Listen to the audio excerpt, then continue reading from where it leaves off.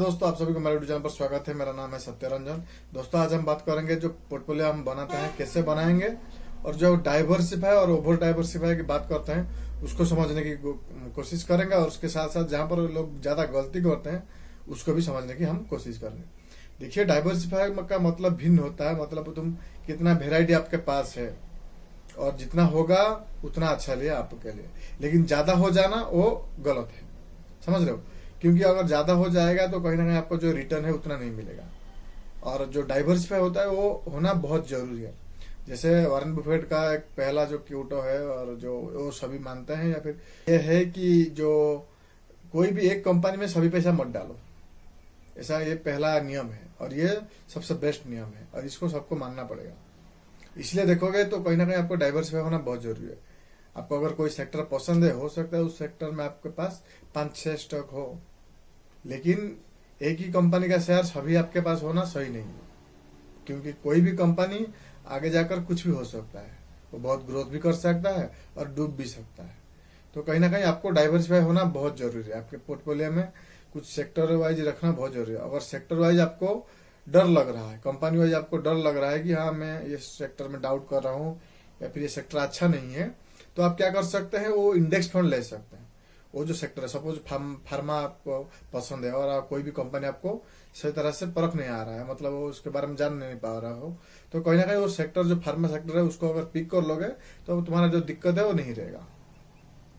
तो इसलिए देखोगे, अगर आपका नॉलेज नहीं है कोई भी एक पर्टिकुलर सेक्टर में, चाहे फाइनेंस हो और व्हीकल हो, और कोई भी सेक्टर में अगर नॉलेज है तो आप डायरेक्ट स्टॉक पिक कीजिए। अगर नहीं है तो आप कोशिश ये कीजिए कि उसका इंडेक्स फंड जो है वो खरीदने के लिए, ताकि आपका जो उसका इंडेक्स का जो रिटर्न है, जो लगभग 10 से 15% होता है, वो आपको मिल जाएगा, और ये एक अच्छी रिटर्न है।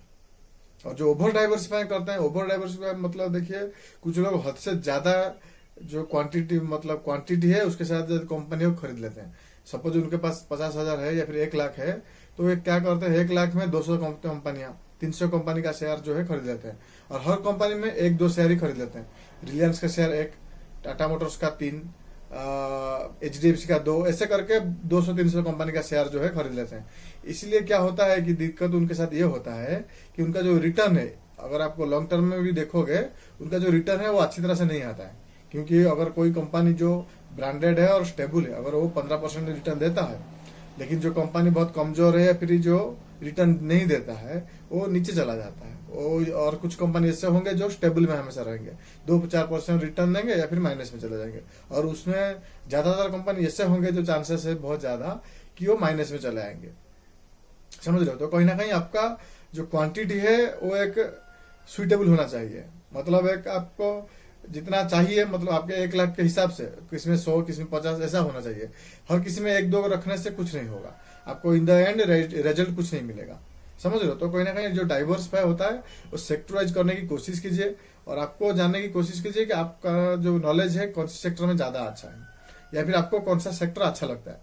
समझ रहे हो? ताकि तुम्हें इस तरह से ज्यादा डाइवर्सिफाई कर सकते हो, या फिर ज्यादा पोजीशन ले सकते हो कोई भी सेक्टर में।